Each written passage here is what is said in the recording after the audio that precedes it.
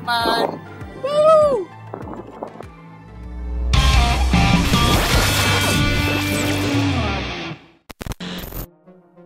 Halo Sobat UC, gue Erik Sojana dan sebelumnya gue mau minta maaf kalau video ini agak lama munculnya karena wheels ini bukan menjadi daily driver gue.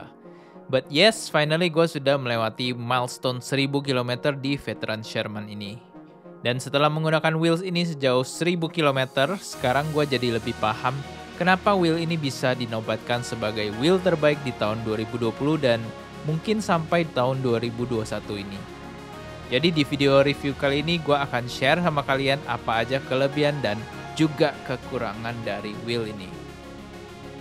Di video unboxing dan first impression sebelumnya gue udah share lebih detail tentang spesifikasi dan juga fitur-fitur dari Veteran Sherman.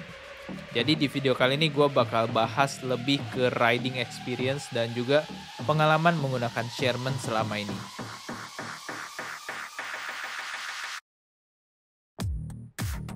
Tapi intinya secara singkat, Veteran Sherman ini adalah wheel pertama yang diproduksi oleh perusahaan Lipperkim yang kabarnya beberapa pendirinya adalah bekas cabutan dari Goldway alias Bigode. Jadi wheel ini katanya masih ada feel dari Goldway-nya juga. Tapi dari segi desain dan build quality, wheel ini terlihat jauh lebih baik dari wheels Goldway yang pernah ada. Secara desain, wheel ini ukurannya nggak terlalu besar, bahkan dimensinya lebih kecil daripada V11. Bentuknya sendiri bisa dibilang agak kaku dan bulky, tapi sesuai dengan namanya Veteran Sherman, wheel ini terlihat mirip seperti sebuah tank. Dilengkapi dengan dua roll cage di depan dan di belakang untuk melindungi bodi plastiknya, Sherman terlihat sangat kokoh dan nggak gampang rusak. Benar-benar layaknya seperti sebuah tank. Wheel ini juga dilengkapi dengan panel LCD waterproof di atas yang menampilkan informasi seperti speed, battery level, odometer, dan juga pengaturan wheel semuanya dari LCD panel ini. Untuk penerangan juga terdapat headlight yang sangat terang dan juga brake light yang juga disertai dengan lampu sen di belakang. Dan kedua lampu ini modular sehingga lebih mudah diganti apabila suatu saat ada kerusakan. Di bagian tengah ada trolley handle yang cukup ergonomis sehingga berguna pada waktu kita mau mendorong wheel ini layaknya seperti sebuah koper berjalan. Kemudian di bagian pedal bentuknya lumayan lebar dan juga menggunakan grip tape yang cukup ngegrip. Selain itu posisi pedal juga cukup rendah jadi sangat membantu menjaga kestabilan riding di wheel ini.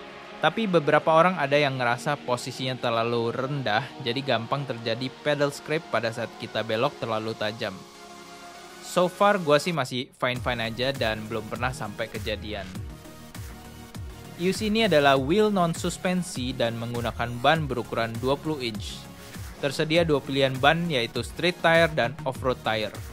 Tapi gue pribadi lebih suka dengan off-road tire karena lebih stabil dan juga suaranya terdengar sangat keren seperti suara mesin jet.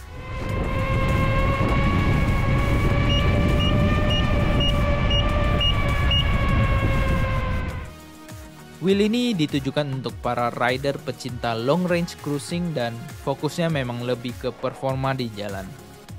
Menggunakan sistem baterai 100 volt dengan kapasitas 3200 Wh dan juga dilengkapi motor 2500 Watt. Wheel ini bisa melaju dengan batas aman sampai 80 km per jam dan menempuh jarak 200 km dalam sekali pengecasan. Menggunakan baterai yang cukup besar membuat wheel ini tergolong wheel yang cukup berat, bahkan mencapai 37 kg. Tapi kalau kalian bandingkan dengan PV lain seperti skuter listrik atau motor listrik yang jauh lebih berat, wheel ini punya performa yang luar biasa jauh di atas melebihi semua kendaraan listrik personal lainnya. Karena wheel ini lebih fokus ke performa, beberapa fitur juga nggak akan kalian temukan di wheel ini seperti Bluetooth speaker ataupun lampu dekoratif LED. Tombol lift switch juga nggak tersedia, jadi setiap kali kita mau ngangkat wheel ini kita harus matikan powernya supaya roda nggak berputar dan angkat dengan kedua roll cage-nya.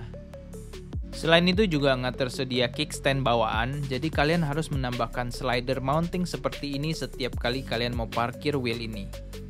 Wheel ini juga nggak ada aplikasi mobile bawaan, jadi kalian harus menggunakan aplikasi third party seperti Darkness Bot di iOS atau EUC World di Android. Oke, sekarang kita lanjut ke performa dan riding experience dari Sherman ini. Secara performa, wheel ini punya torsi yang terbilang nggak terlalu besar. Performa motornya itu lebih ke high speed.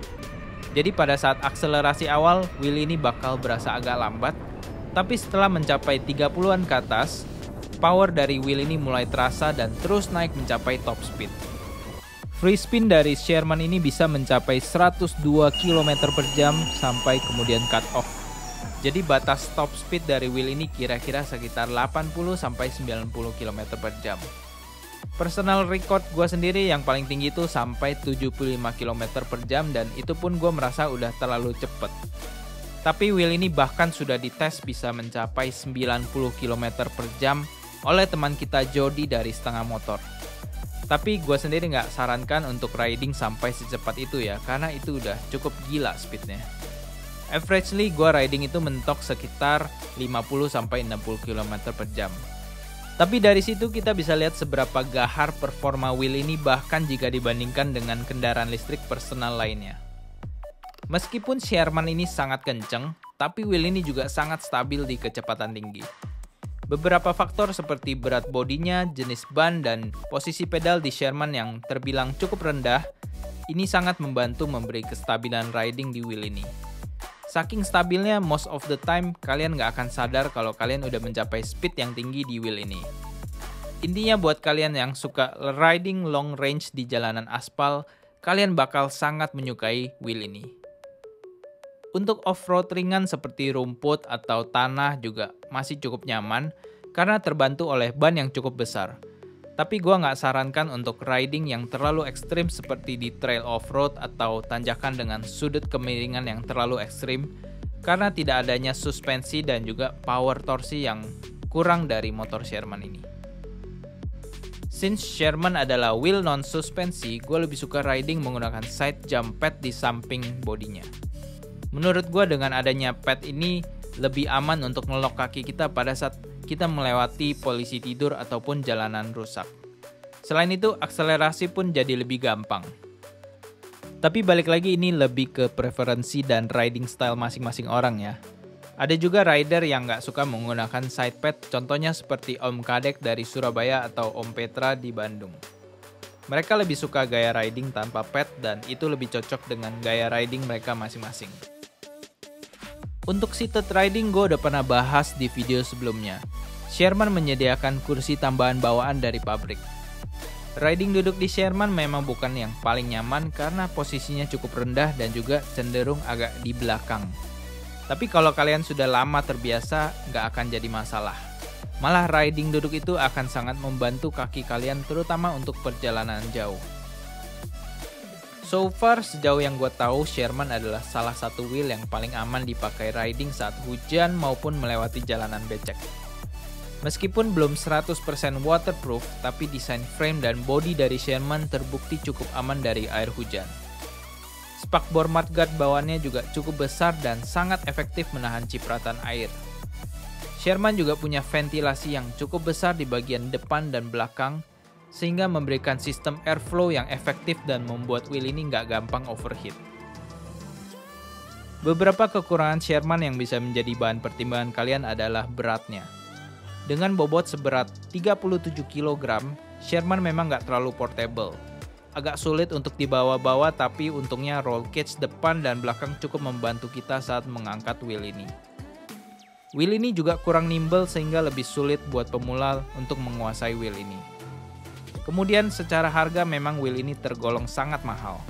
Wheel ini dibanderol dengan harga sekitar 45-47 juta rupiah. Jadi veteran Sherman masuk ke kategori EUC Premium. Jadi gue nggak sarankan untuk para newbie untuk langsung menggunakan wheel ini, but if you can afford it, then why not? It's your own money. Oke guys, so far segitu dulu yang bisa gue share tentang veteran Sherman.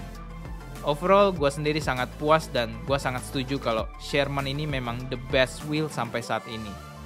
Meski secara harga wheel ini sangat mahal, tapi menurut gue secara value wheel ini oke banget. Well, ada barang ada harga. You get what you pay for. Tapi kita tunggu soon apakah wheel baru yang akan datang bisa menandingi Sherman. Oke, terima kasih guys udah nonton sampai di sini, dan jangan lupa like, share, komen, dan juga subscribe channel gue biar nggak ketinggalan video selanjutnya. I'll see you in the next video. Ciao.